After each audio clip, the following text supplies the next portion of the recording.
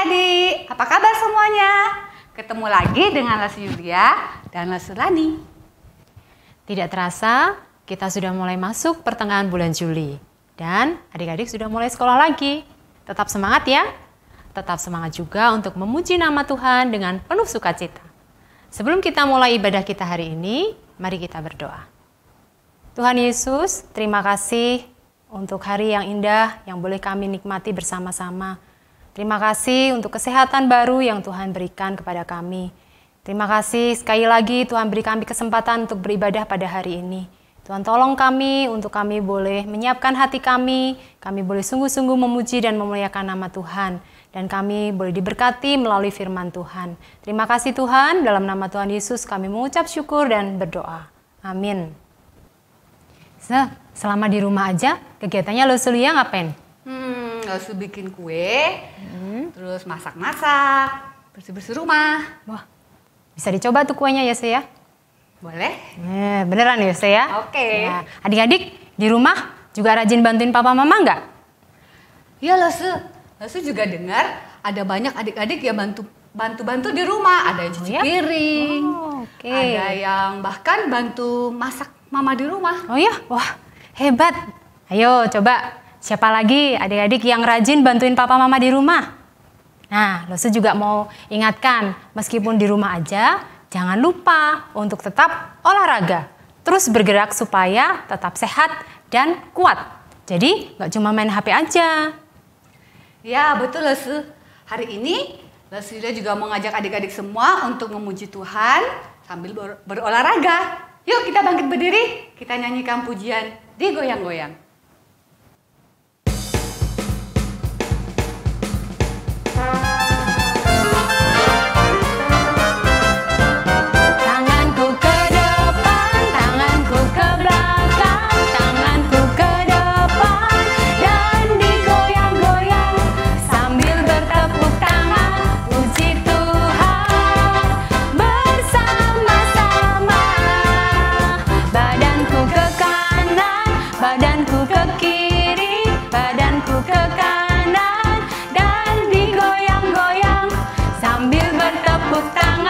Puji Tuhan bersama-sama. Ayo adik-adik lebih semangat lagi ya. Kakiku ke depan, kaki ke belakang. Kakiku ke depan, kakiku ke belakang. Kakiku ke depan dan digoyang-goyang sambil bertepuk tangan. Puji Tuhan bersama-sama. Tanganku ke kanan, kakiku ke depan, tanganku ke kanan dan digoyang-goyang sambil bertepuk tangan.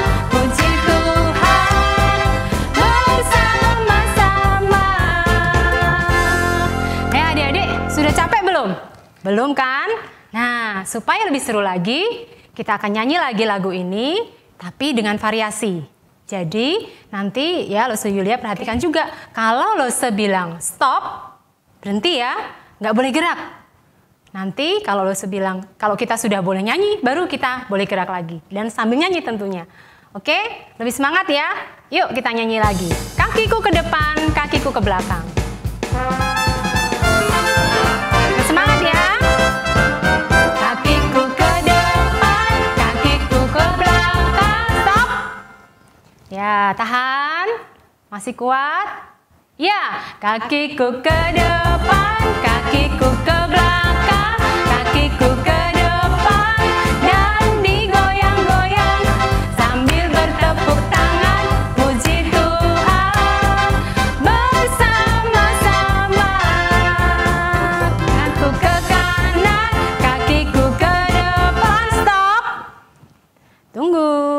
Awas Lesti Yulia jangan jatuh. Ya, tanganku ke kanan, kakiku ke depan, tanganku ke kanan dan digoyang-goyang sambil bertepuk tangan. Puji Tuhan bersama-sama.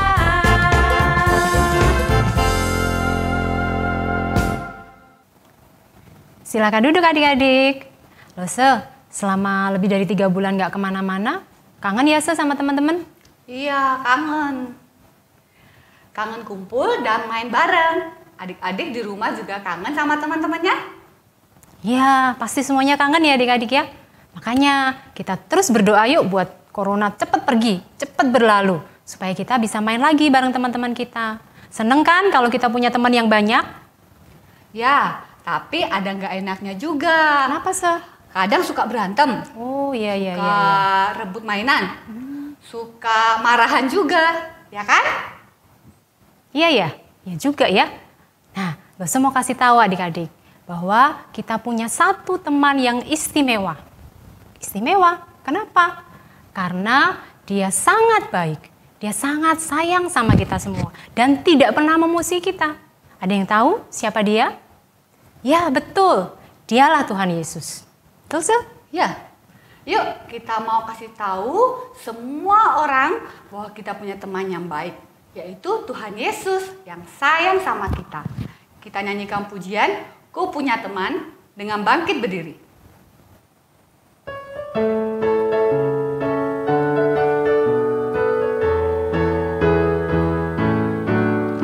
Ku punya teman yang baik bagiku, dia sungguh sayang aku.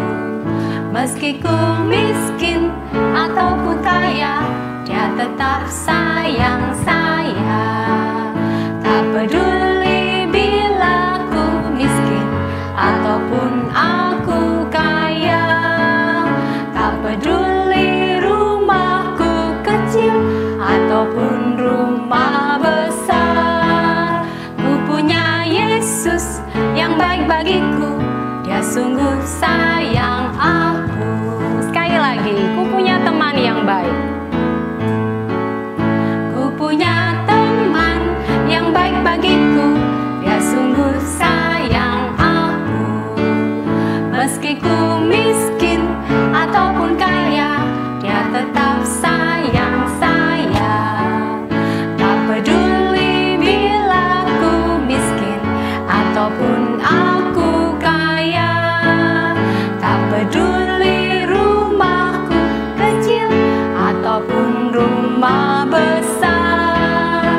Ku punya Yesus yang baik bagiku, dia sungguh sayang aku. Silakan duduk adik-adik. Saatnya kita mendengarkan firman Tuhan. Siapkan Alkitabnya, duduk yang manis, dan kita akan dengarkan firman Tuhan dengan sungguh-sungguh. Adik-adik langsung mau tanya, apa bedanya lapar dengan kelaparan? Adik-adik pasti pernah lapar ya? Ya, kalau lapar memang perut ini minta diisi. Tapi kira-kira kalau waktu lapar masih bisa ditunda enggak sih makannya? Sering juga tuh kalau sibuk menunda waktu makan. Kalau lapar saja masih bisa kita tunda meskipun tidak baik bagi kesehatan. Tapi bagaimana dengan kelaparan? Kelaparan adalah satu kondisi rasa lapar yang begitu lama, begitu panjang. Dan bahkan ada yang merasakan kelaparan dalam jangka waktu lama merupakan bencana dan akhirnya meninggal karena kelaparan. Di Indonesia sendiri ada daerah-daerah yang masih mengalami kelaparan. Di Afrika ya yang sering kita dengar, di sana juga banyak anak-anak yang mengalami kelaparan. Nah, di Alkitab mencatat di dalam Lukas pasal 16 ayat 19 sampai 31, Yesus juga pernah menceritakan tentang sebuah perumpamaan tentang si kaya dan si miskin. Si kaya yang hidup berkelimpahan dan si miskin yang mengalami kelaparan setiap hari. Hari ini Lauso mau ajak anak-anak belajar dari firman Tuhan ini. Sebelumnya mari kita berdoa. Tuhan Yesus, siapkan hati kami untuk mendengarkan kebenaran firman-Mu hari ini. Tolong kami untuk mengerti apa maksud dari firman Tuhan yang akan kami dengarkan, sehingga kami boleh bertumbuh sesuai dengan yang Tuhan mau. Ini doa kami Tuhan, di dalam nama Tuhan Yesus Kristus kami berdoa. Amin.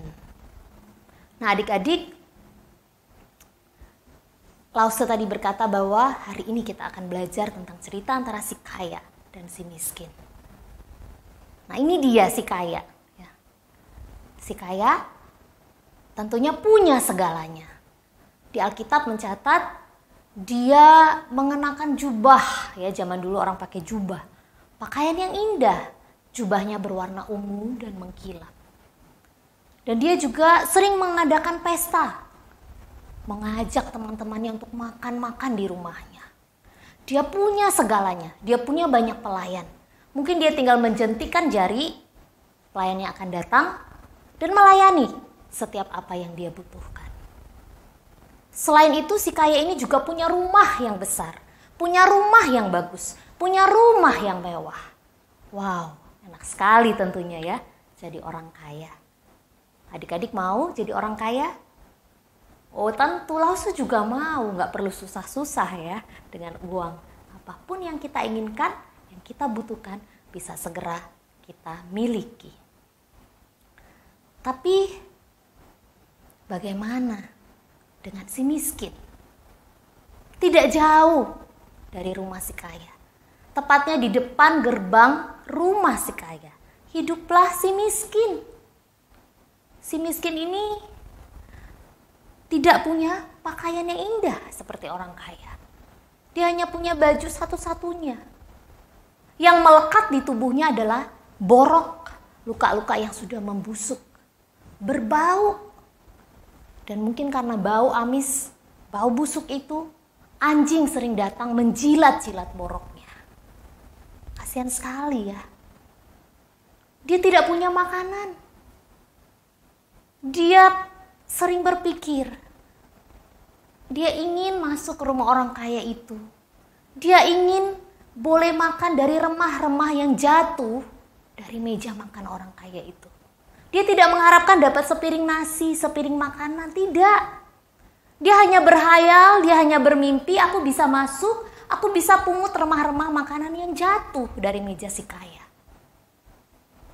Tapi mimpi yang sedemikian pun tidak pernah dia alami selama hidupnya. Padahal setiap hari dia menyaksikan banyak orang yang datang menikmati makan minum di rumah si kaya. Si kaya ini tidak pernah mengingat si miskin. Padahal si miskin sangat dekat dengan dia. Tidak ada satupun orang yang peduli dengan kehidupan si miskin ini. Nah, adik-adik, selanjutnya apa yang terjadi? Akhirnya si miskin ini yang bernama Lazarus, dia meninggal. Dia akhirnya tidak kelaparan lagi. Dia akhirnya tidak menderita lagi.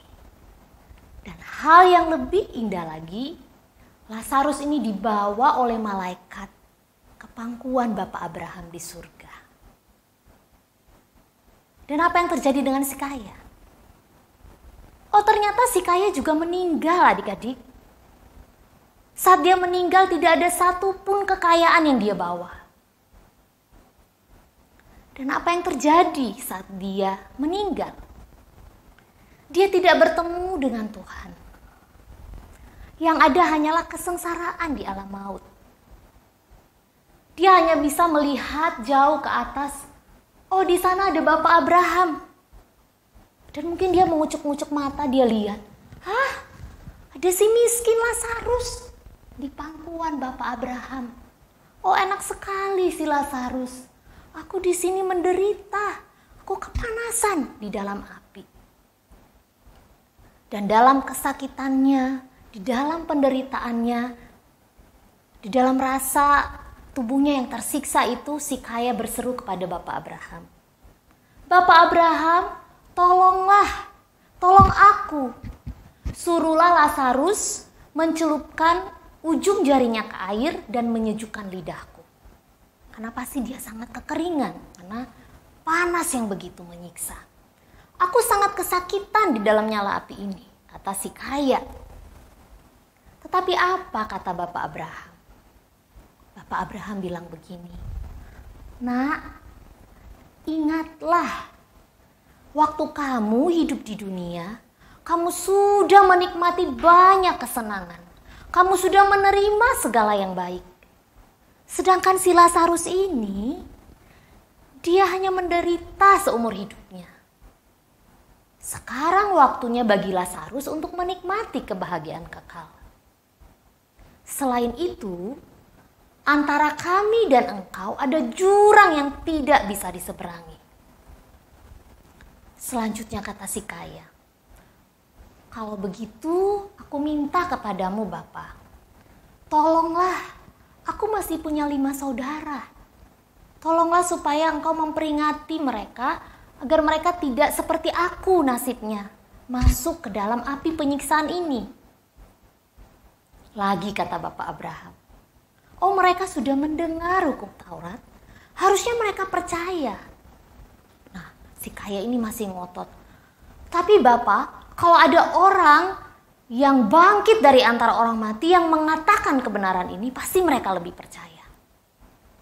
Apa kata Bapak Abraham? Itu percuma saja. Kalau memang hati mereka tidak taat, mau orang mati bangkit sekalipun, mereka pasti tidak akan percaya.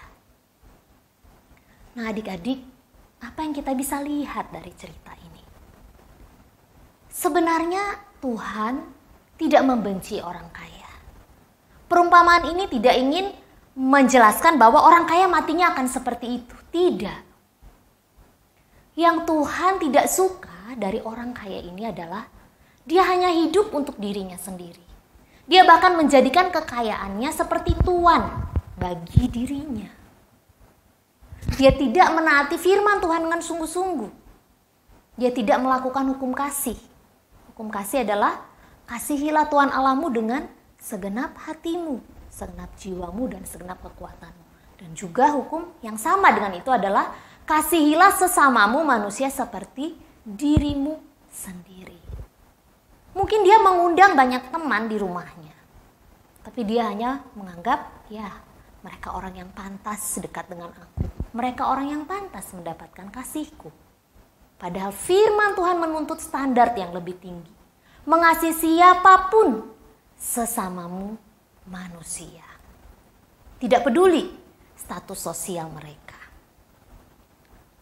Nah si kaya ini setiap hari berhadapan atau melihat Lazarus di depan matanya. Tetapi dia tidak tergerak sedikit pun untuk menolong Lazarus. Nah dalam cerita ini kita melihat bahwa Tuhan mengasihi Lazarus yang miskin, yang tidak dipedulikan oleh orang lain. Lazarus memiliki arti nama Tuhan telah menolong. Pasti di dalam hati Lazarus dia berseru kepada Tuhan. Meskipun dia kelaparan, meskipun tidak ada yang mengingat dia. Akhirnya Tuhan menjawab doanya. Tuhan mengingat dia dan membebaskan dia dari penderitaan di dunia. Yesus mau mengajarkan pada kita manusia, agar selama kita hidup, kita harus mau mengutamakan Tuhan dan menaati perintahnya. Tuhan tidak peduli apakah kita kaya atau kita miskin. Yang Dia mau adalah kita hidup, mengasihi dan mengutamakan Tuhan. Matius 6 ayat 33 berkata, tetapi carilah dahulu kerajaan Allah dan kebenarannya, maka semuanya itu akan ditambahkannya kepadamu. Kita mau hafalkan ayat ini sebagai ayat hafalan kita sambil kita menyanyikannya.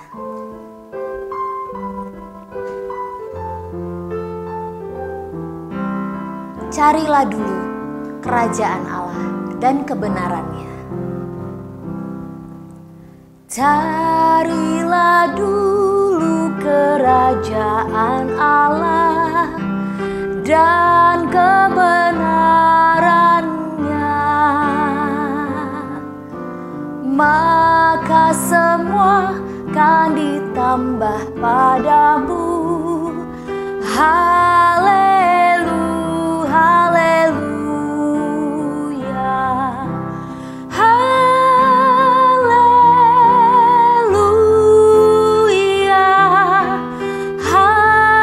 haleluya.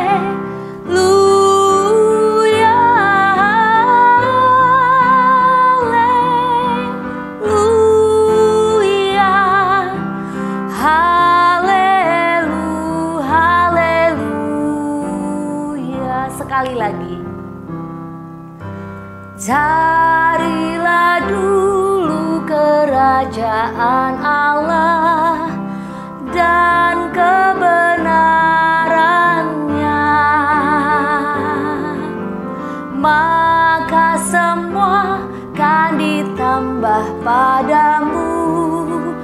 Haleluya, haleluya, haleluya, haleluya,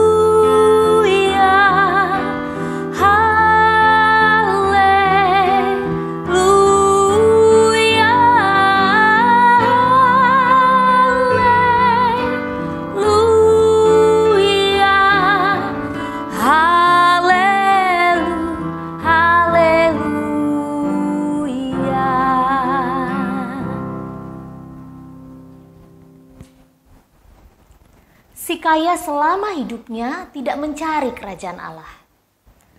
Dia tidak belajar firman Tuhan yang benar. Dia tidak punya Yesus di hati.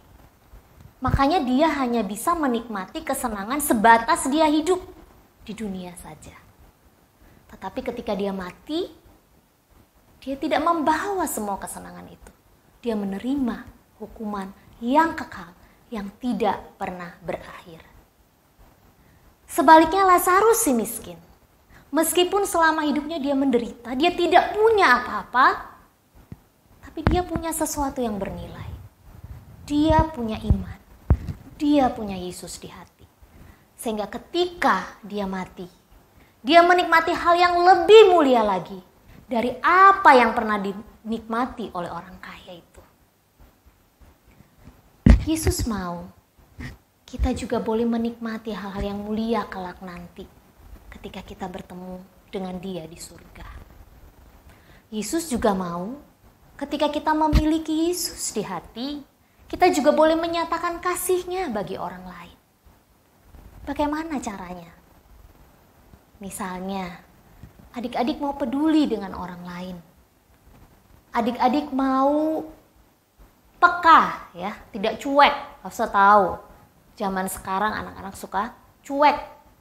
Adik-adik sukanya kalau dipanggil atau bahkan saat jalan nggak lihat kanan kiri, gitu ya. Tapi kalau kita punya Yesus di hati, kita mau peka, kita mau peduli. Mungkin cici kokomu lagi sedih, nggak usah jauh-jauh ya, karena sekarang lagi school from home, tidak ketemu teman. Mungkin cici kokomu, mungkin papa mamamu lagi susah. Apakah engkau peduli dengan mereka? Lagi banyak pekerjaan. Apakah engkau mau ambil bagian meringankan sedikit beban mereka? Adik-adik juga mungkin bisa berbagi sesuatu dengan orang lain. Mungkin kamu punya 5 sepatu. Mungkin kamu punya segerobak mainan. Mungkin kamu punya buku-buku yang banyak. Maukah kamu memilih, ya, mengumpulkan, memilih mana yang sudah tidak dipakai, kamu bisa berikan kepada anak-anak di panti asuhan. Kamu bisa berikan ke teman-teman yang membutuhkan. Dan juga jika kelak nanti kamu besar, kamu diberkati Tuhan. Mungkin kamu dikaruniakan kekayaan. Mungkin kamu diberikan jabatan yang bagus di dalam pekerjaan. Mungkin kamu banyak kemampuan. Apakah kamu bisa menggunakan semua itu untuk kemuliaan Tuhan? Apakah kamu bisa memakai semua yang Tuhan berikan itu? Bukan hanya untuk diri kamu, tapi kamu juga mau berbagi dengan orang lain. Kamu diajar Tuhan hari ini untuk menjadi orang yang peduli. Ya. Sehingga Yesus yang ada di dalam hatimu bisa dilihat oleh orang lain. Kiranya firman Tuhan ini bisa terus kalian ingat sampai kalian besar nanti. Dan biarlah kelak, ya, setiap kita, adik-adik di rumah dan Lause juga bisa ketemu dengan Tuhan Yesus, menikmati hal-hal yang mulia yang Tuhan sediakan bagi kita. Mari kita berdoa. Tuhan Yesus, terima kasih untuk firman-Mu hari ini. Kami bersyukur karena Tuhan mengingatkan kami untuk kami boleh sungguh-sungguh mencari Engkau, belajar kebenaran firman Tuhan. Dan kami diajar untuk tidak hidup hanya untuk diri kami sendiri. Ingatkan kami akan firman Tuhan ini sampai kapanpun seumur hidup kami. Dan kami berdoa, suatu saat nanti ketika Tuhan menganugerahkan kami keberhasilan, kami juga boleh mengucap syukur. dan kami semakin menjadi berkat bagi banyak orang. Terima kasih Tuhan, terima kasih. Biarlah firman-Mu boleh terus bertumbuh dan berbuah di dalam hidup kami. Di dalam nama Tuhan Yesus Kristus kami berdoa. Amin. Puji Tuhan untuk cerita firman Tuhan hari ini. Kita sudah belajar bahwa Tuhan Yesus begitu mengasihi kita. Adik-adik juga harus belajar mengasihi Tuhan dan juga mengasihi orang lain. Ya, sekarang saatnya kita memberikan persembahan kita. Siapkan uang persembahannya, siapkan amplop atau celengannya. Kita akan memberikan yang terbaik untuk Allah kita yang sudah sangat baik kepada kita semua. Allah itu baik.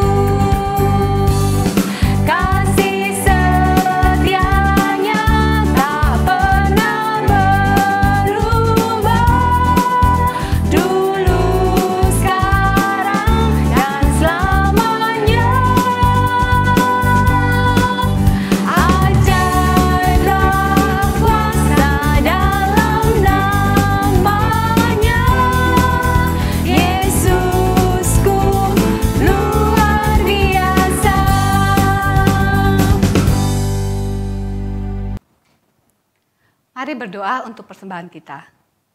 Tuhan Yesus, terima kasih untuk berkat yang sudah Tuhan berikan bagi kami.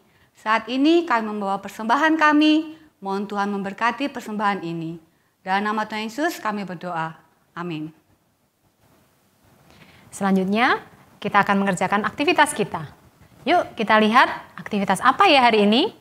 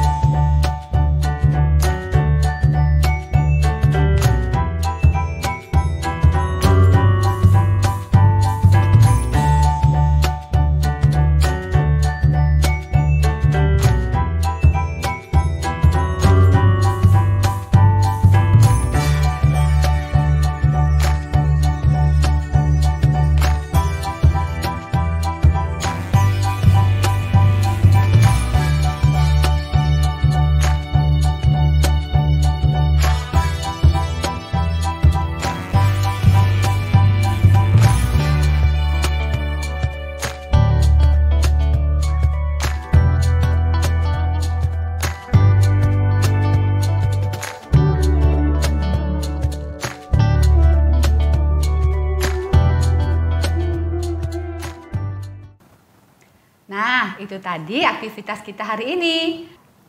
Kita akan menutup ibadah kita pada hari ini dengan bersama-sama menyanyikan pujian Bapa terima kasih.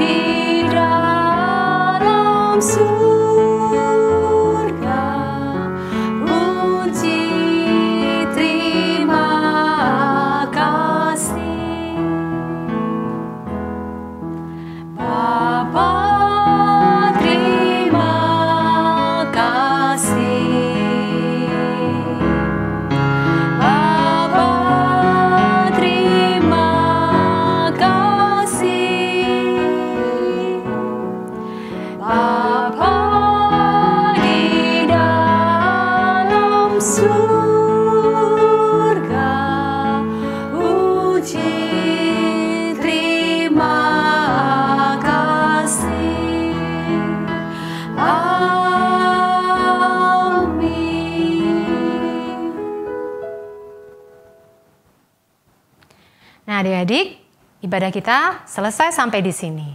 Sebelum berpisah, Lose mau mengingatkan adik-adik untuk memperhatikan video berikut ini.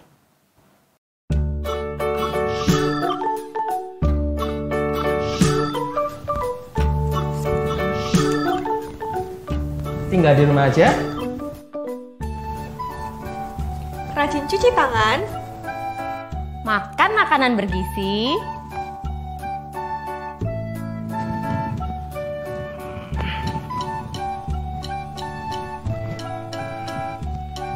Rajin olahraga.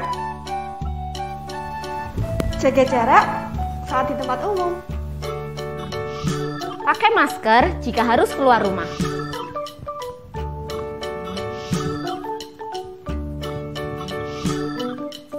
Tetap sehat, tetap semangat. Sampai jumpa minggu depan. Dan Tuhan Yesus memberkati. Dadah!